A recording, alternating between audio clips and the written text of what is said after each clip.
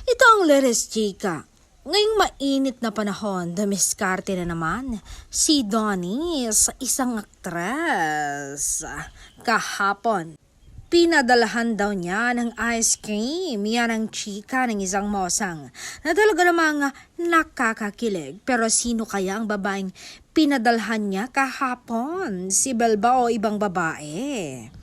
Ayon sa chika ng pinakamatinik na reliable source, si Bel Mariano ang pinadalhan pala ng ice cream.